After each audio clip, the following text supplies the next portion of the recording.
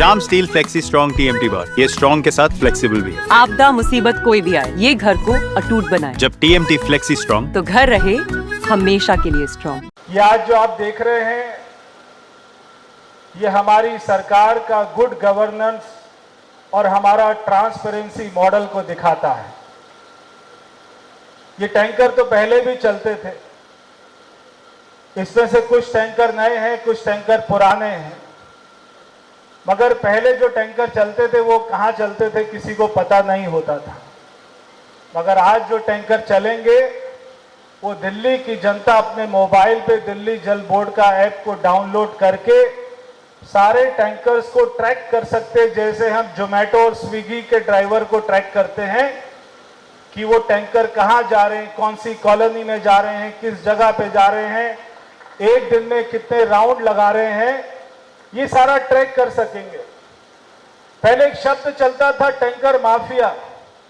वो tanker mafia क्यों चलता था? क्योंकि टैंकर्स को पेमेंट तो होती थी, एक दिन में 9 ट्रिप का 10 ट्रिप का पेमेंट तो होती थी, मगर वो टैंकर कहाँ जाते थे, कॉलोनी में जाते थे या रेस्टोरेंट में या होटल में पानी बेच देते थे, ये नहीं पता होता था।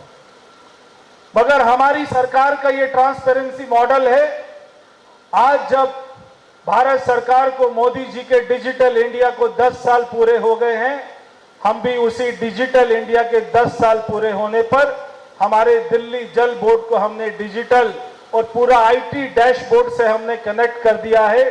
झंडेवालान हमारे हेडक्वार्टर में दिल्ली जल बोर्ड का पूरा आईटी डैशबोर्ड, जहां पर यह दिखाता है कि दिल्ली में पानी की सप्लाई कैसे, कितनी और किन किन स्थानों पर हो रही है। पानी बहुत ही जरूरत का विषय है और ये गर्मी पर, आज हम इतनी गर्मी में बैठे हैं, दिल्ली की गर्मी में डिमांड हमारी और ज्यादा बढ़ जाती है। जब और ज्यादा डिमांड बढ़ती है तो दिल्ली सरकार की मेहनत और ज्यादा डबल हो जाती है।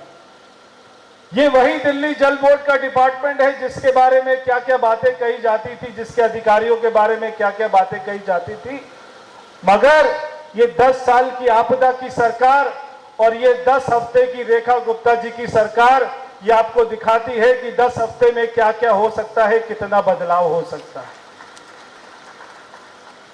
जो काम 10 साल में नहीं होता था, आज वो काम हमारी सरकार ने 10 हफ्ते में करके दिखाया। जो पीछे की आपदा की सरकार थी उसने दिल्ली में कीचड़ कीचड़ कर दिया था, मगर हमने उसी कीचड़ में कमल खिलाने का काम किया है और आगे भी करते रहेंगे। अभी जैसे भाई परवीन जी कह रहे थे कि इनके क्षेत्र में सीवर की सफाई हो रही है, दिल्ली में हर जगह सीवर की सफाई हो रही है, दिल्ली में हर जगह नालों की सफाई हो रही है। इतना टन उसमें से कीचड़ निकल रहा है, सिल्ट निकल रहा है, वो केवल इसलिए संभव हुआ है क्योंकि 8 तारीख को परिणाम आया, 20 तारीख को सरकार बनी और 20 तारीख को सरकार बनते ही दिल्ली की मुख्यमंत्री और सारे मंत्री सड़कों पर उतर गए हैं। ना शनिवार देखते हैं, ना रविवार देखते हैं, ना कोई छुट्टी का दिन देखते हैं, चाहे ईद हो, चाहे कोई भी हिंदुओं का त्योहार हो, हमेशा सड़कों पर, गलियों में, कीचड़ में अपने पैर गंदे करते, अपने हाथ गंदे करते दिखाई दे रहे हैं।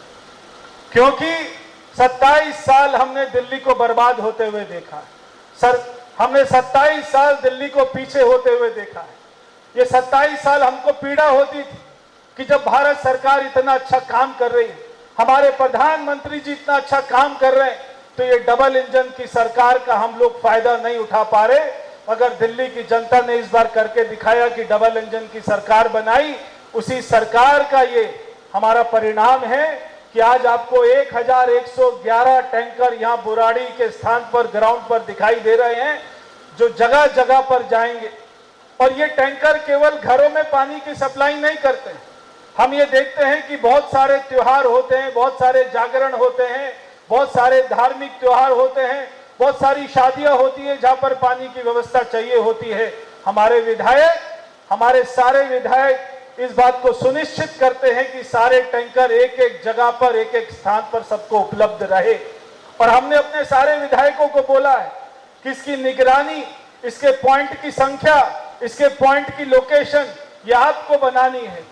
जैसे जहां से डिमांड आए, बिना किसी भेदभाव के हमारे सारे विधायकों को, सारे कार्यकर्ताओं को इस बात की चिंता करनी है कि पानी का टैंकर पहले जो हमारी इससे पहले की सरकार थी वो केवल अपने वर्ग के लिए, केवल एक अपने वोट बैंक के लिए ये सारे टैंकर्स को चिन्हित करती थी कहां पर जाएंगे।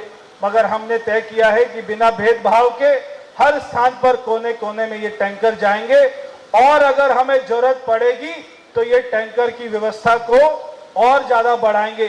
टैंकर कोई आखिरी समाधान नहीं, आखिरी समाधान तो ये है कि जब हमारे सारे दिल्ली के कोने कोने में टेल एंड तक जो आखिरी घर है, आखिरी गांव है, वहां तक रोज पानी की सप्लाई हो, साफ पानी की सप्लाई हो, वो आखिरी समाधान है। टैंकर आखिरी समाधान नहीं, मगर 2 महीने में हम जो कर सकते थे हम वो करके दिखा रहे हैं। ये स्टाइल का मामला है। रूपा फ्रंटलाइन।